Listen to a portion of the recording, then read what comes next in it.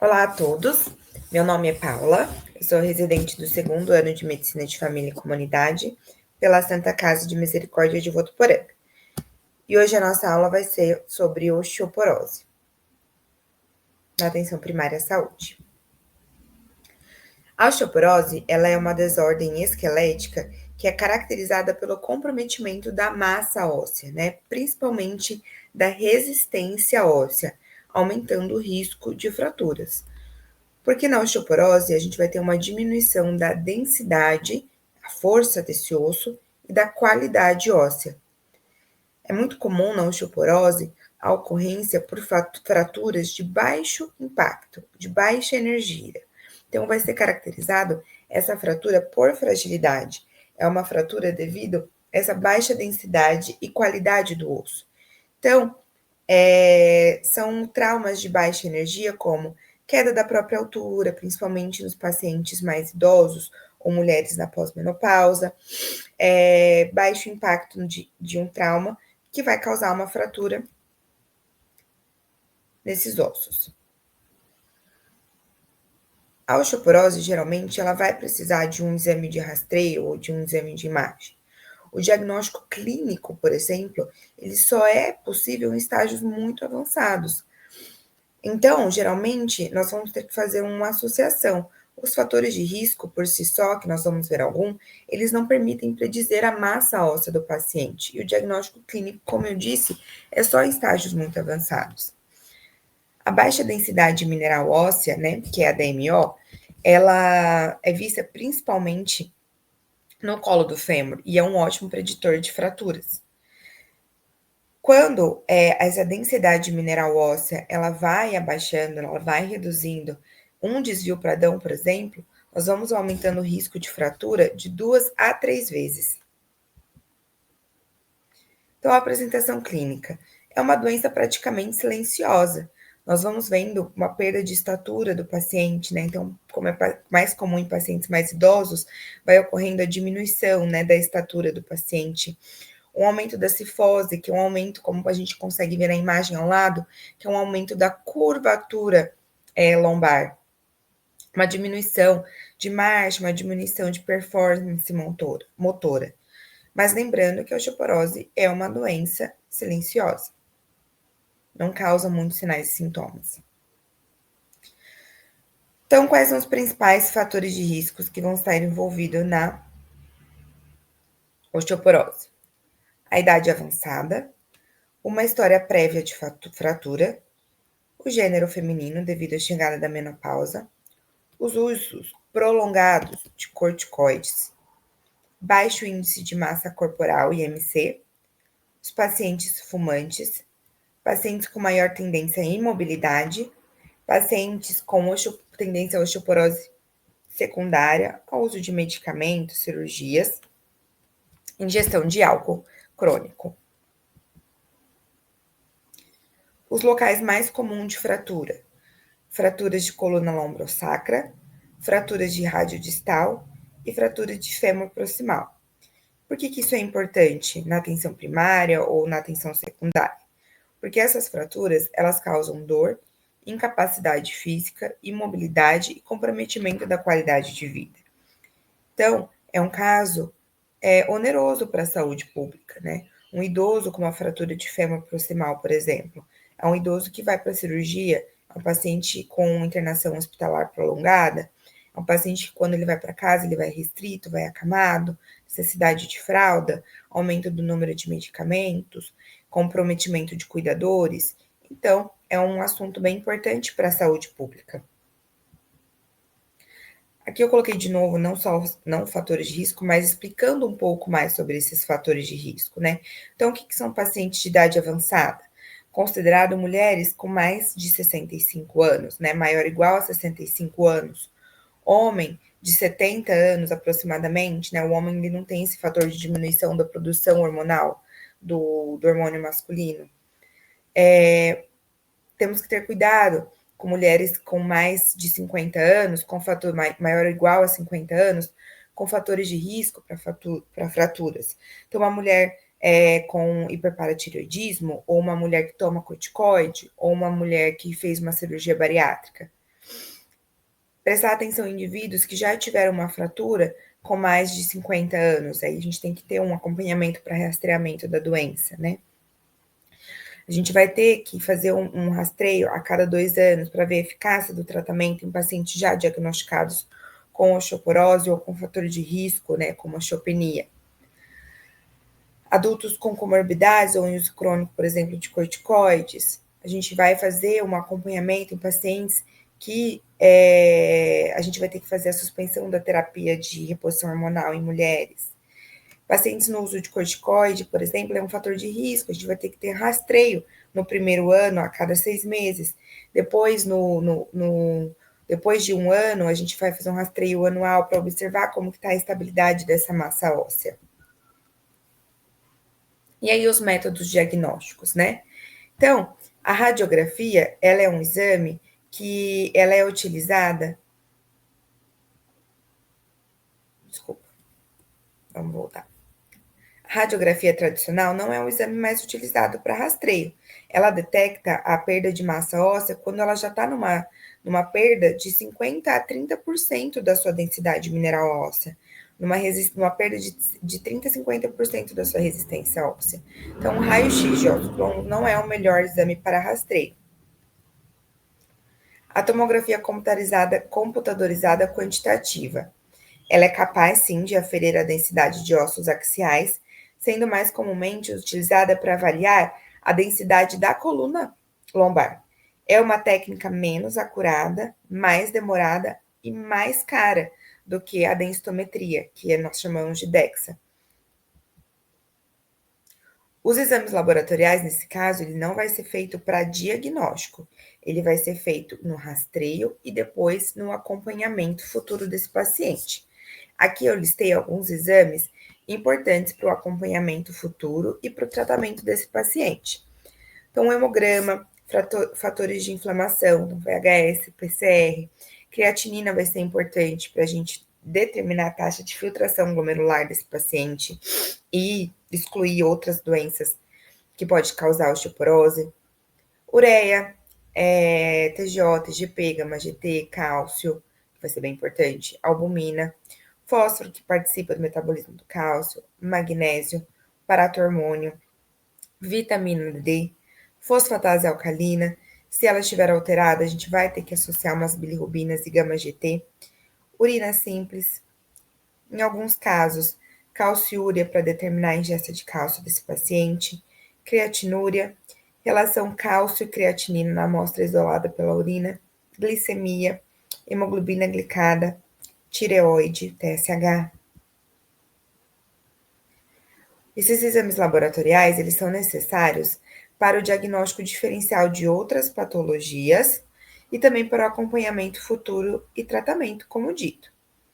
Comorbidades que podem aumentar o risco de desenvolvimento de baixa densidade mineral óssea devem ser descartadas. Então, esses exames, eles entram geralmente para descartar essas comorbidades.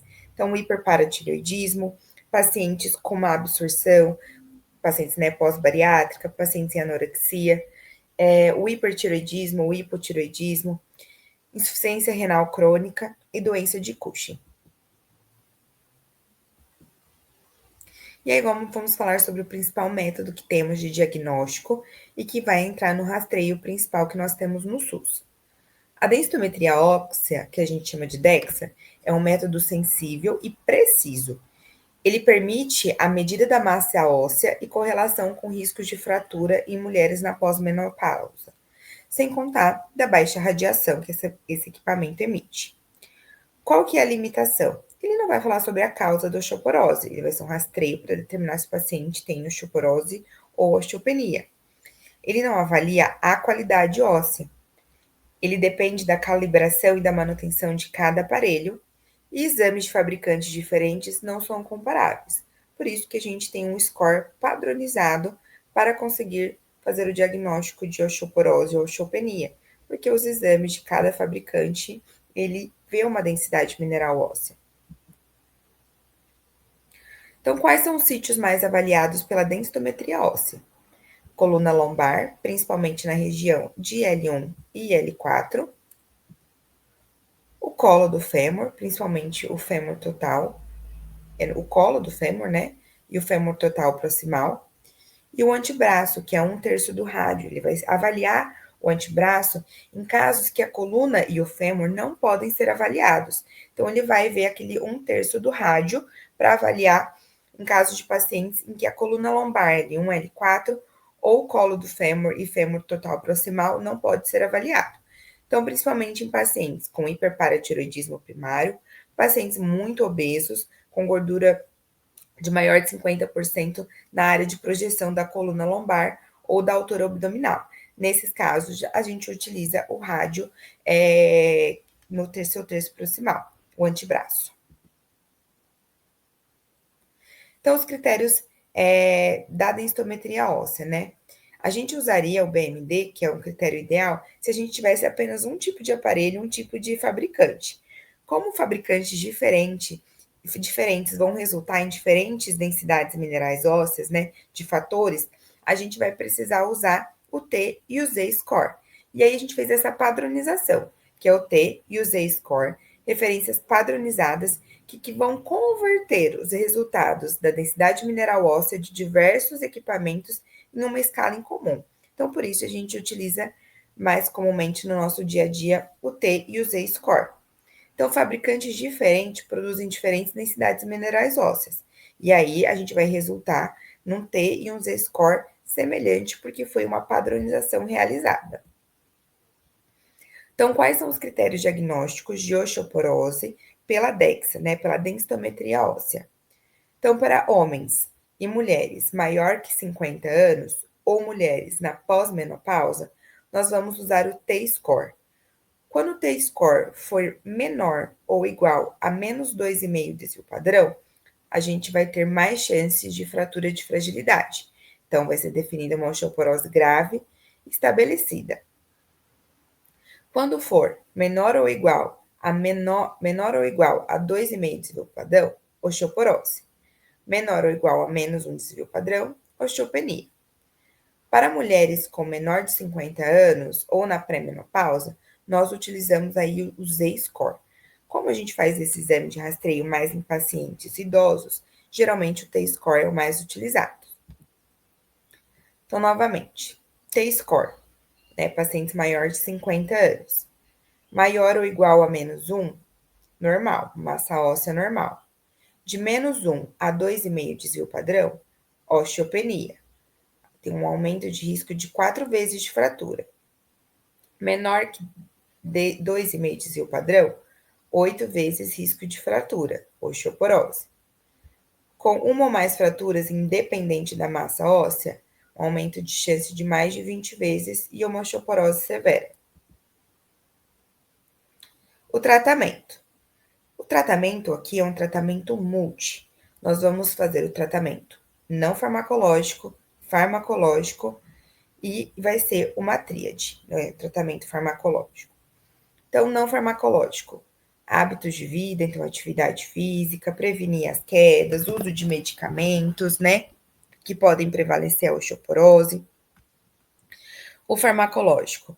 Nós vamos usar aqui os antirreabsortivos pró-formadores. Os mais comuns são os bifosfonatos, a vitamina D na forma de colecalciferol e o cálcio.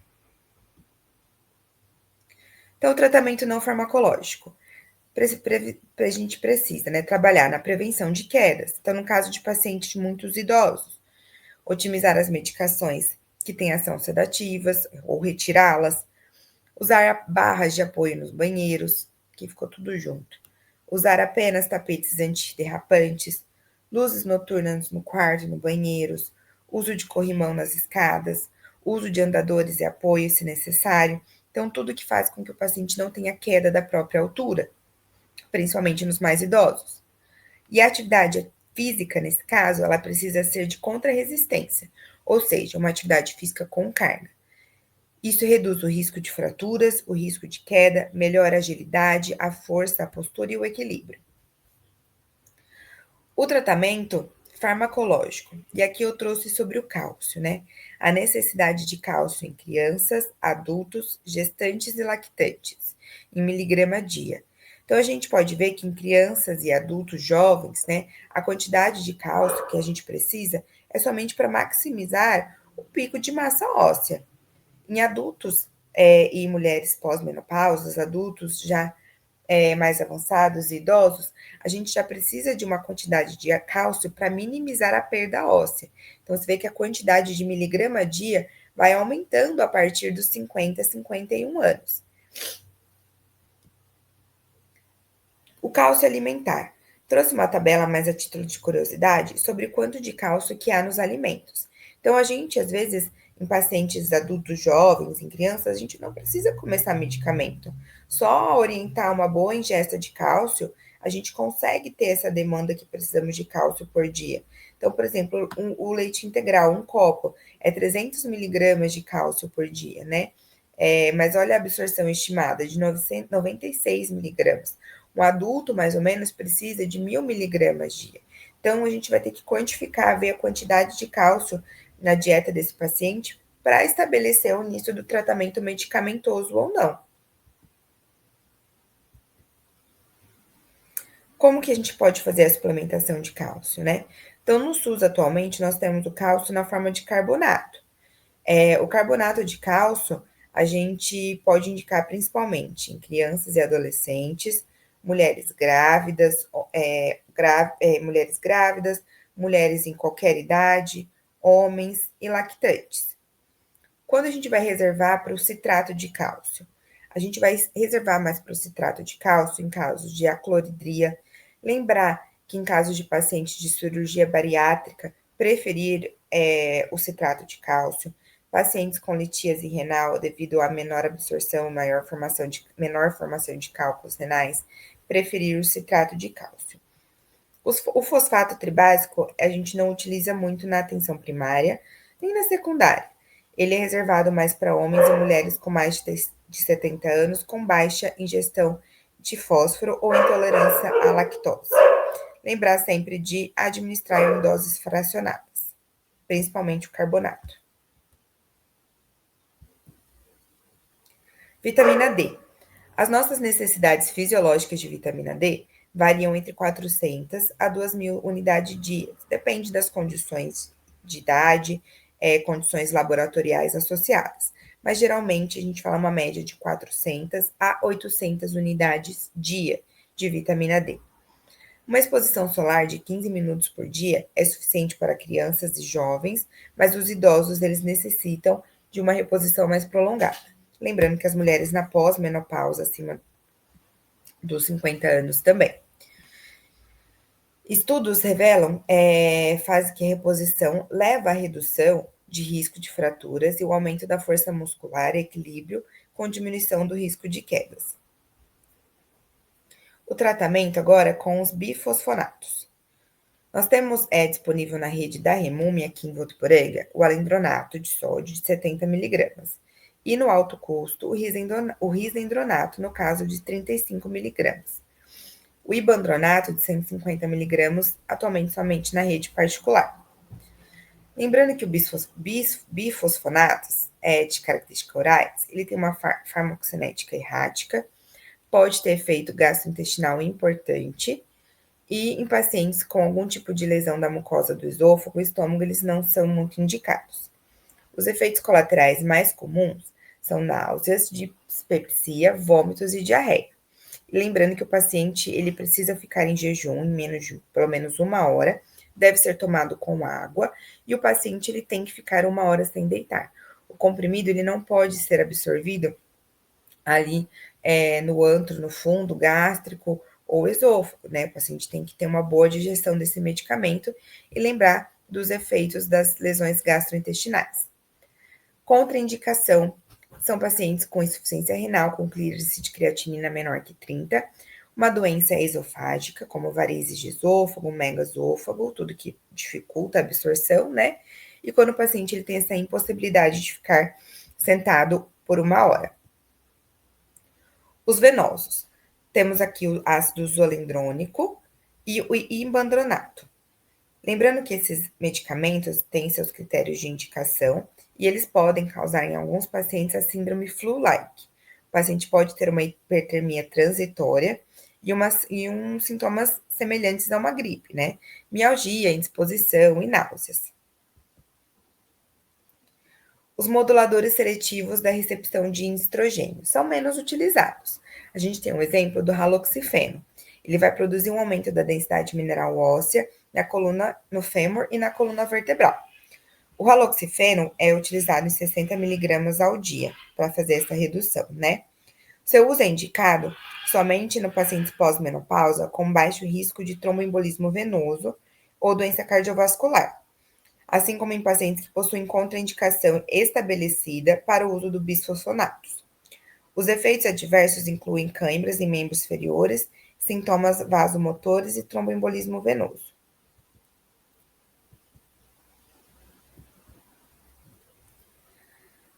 O tratamento com anticorpo monoclonal humano, que é o denosumab, o Prolia. O Prolia está sendo bastante utilizado, principalmente na rede secundária, né? O Prolia é um antirreabsortivo, atuando nos osteoblastos e impedindo o desenvolvimento da linhagem osteoclástica, células que vão fazer a destruição da densidade óssea.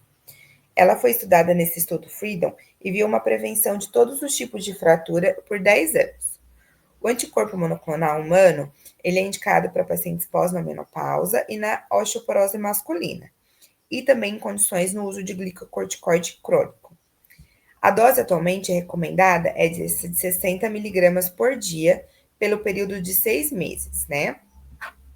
E tem os efeitos colaterais descritos abaixo, principalmente da aplicação. Lembrar que é uma droga segura para pacientes de insuficiência renal crônica. Então, paciente que tem um clearance de creatinina menor, pode usar. Eu coloquei aqui 2 medicamentos novos que são utilizados em caso de osteoporose muito avançada ou muito alto risco de osteoporose.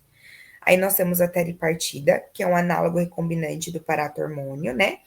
Ela estimula a formação óssea por ação anabólica. Também é uma injeção subcutânea, como Prolia, mas ela é indicada só em osteoporose grave, alto risco de fraturas, pacientes com fraturas prévias ou falha e intolerância aos fármacos de primeira indicação. E o romosumab, que é um outro anticorpo monoclonal, mas o Prolia ainda o denosumab é o mais indicado. Então, o tratamento. A gente vai realizar o tratamento, escolher qual que é o melhor medicamento para o paciente, fazer essa terapia com os bifosfonatos ou o anticorpo monoclonal e avaliar sempre cálcio, vitamina D e fazer uma avaliação periódica de densitometria óssea a cada 2 anos para avaliar a resposta se teve falha terapêutica com aumento dessa densidade mineral óssea.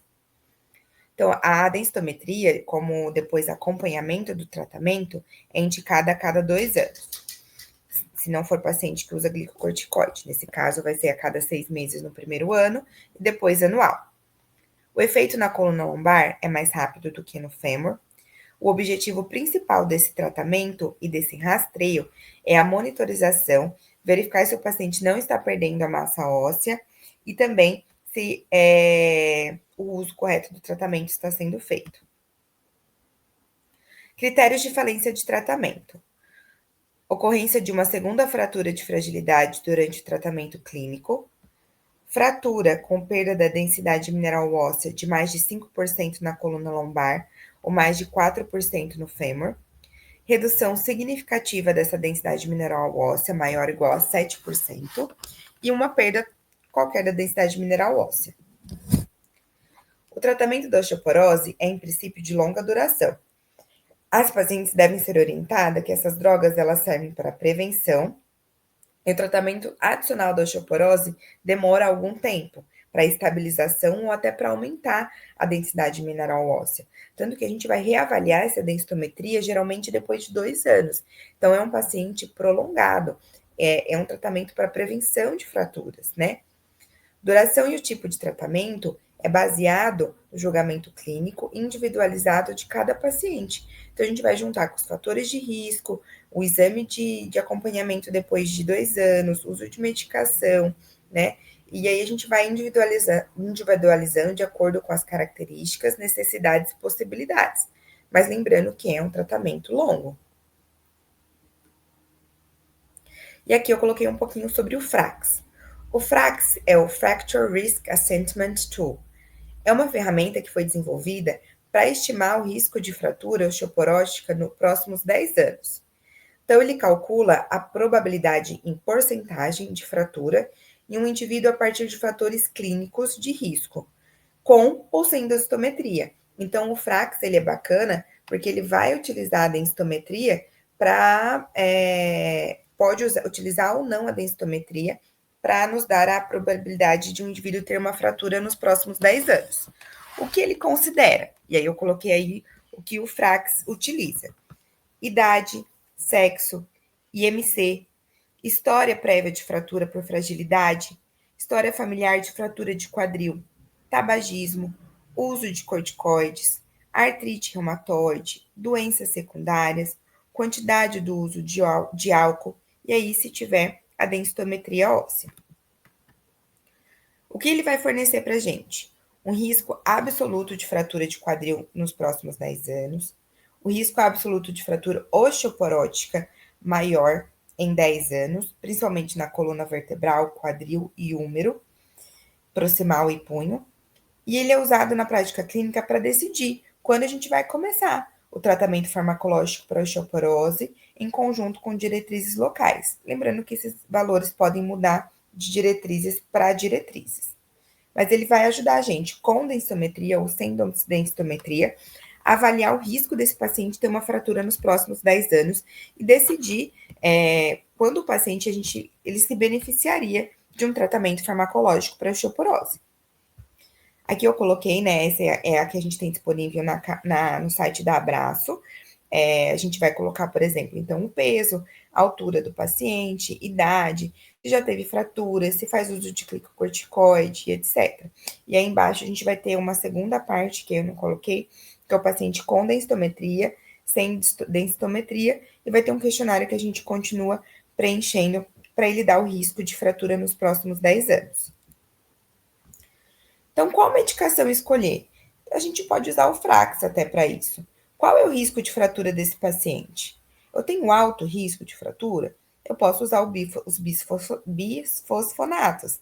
Então, alendronato, risendonato, ibandonato. E também podemos usar o denosumab, o ácido zolendrônico. Paciente que tem intolerância, por exemplo, oral, a gente tem o zolendrônico e o injetável subcutâneo, né? O denosumab. Paciente já com muito alto risco, nós vamos ter que preferir as novas drogas. Então, os anticorpos monoclonais, o ácido zolendrônico, né, o zolendronato, a teripartida, que é o análogo do paratormônio, e os estudos novos com o romosumab, que é um novo anticorpo também realizado, que aumenta a densidade mineral óssea e diminui a ação dos osteoclastos. Então, alto risco, temos essas drogas. Muito alto risco, vamos preferir as novas drogas e principalmente a de uso subcutâneo ou injetável, né, EV, como o zolendronato. É um tema complexo, é um tema que em algumas vezes nós vamos precisar referenciar para atenção primária, para atenção secundária, né, à saúde, para, por exemplo, fazer uso do ácido zolendrônico ou fazer uso dos anticorpos monoclonais, nós precisamos referenciar esses pacientes para atenção secundária. Chamo atenção aqui principalmente para mulheres pós-menopausa, mulheres maior ou igual a 65 anos, ou mulheres maior ou igual a 50 anos com fatores de risco. Essas são pacientes que se beneficiam muito do rastreio, com a densitometria óssea, ou, por exemplo, se em disponibilidade, realizar o FRAX nessas pacientes, individualizar o tratamento, né? Pacientes na pós-menopausa tem uma indicação de rastreio nessas condições, né? Lembrando que a terapia de reposição hormonal não é indicada somente para a prevenção de osteoporose. Ela é indicada, quando indicada, com outros fatores, com outras condições clínicas que indicam a terapia de reposição hormonal para mulheres, não só para prevenir a osteoporose.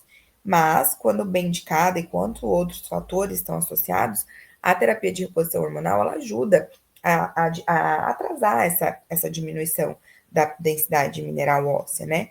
Então, lembrar dos fatores de risco, vamos lembrar das mulheres pós-menopausa, vamos lembrar dos exames de rastreio, dos exames de segmento e sempre combinar, individualizar com o paciente o melhor tipo de terapia para ele. Na atenção primária, a gente consegue fazer um bom acompanhamento, aqui no município de Votuporanga, pelo menos, que nós temos a densitometria óssea, nós temos o alendronato, temos carbonato de cálcio, temos a vitamina D, temos o risendronato no alto custo.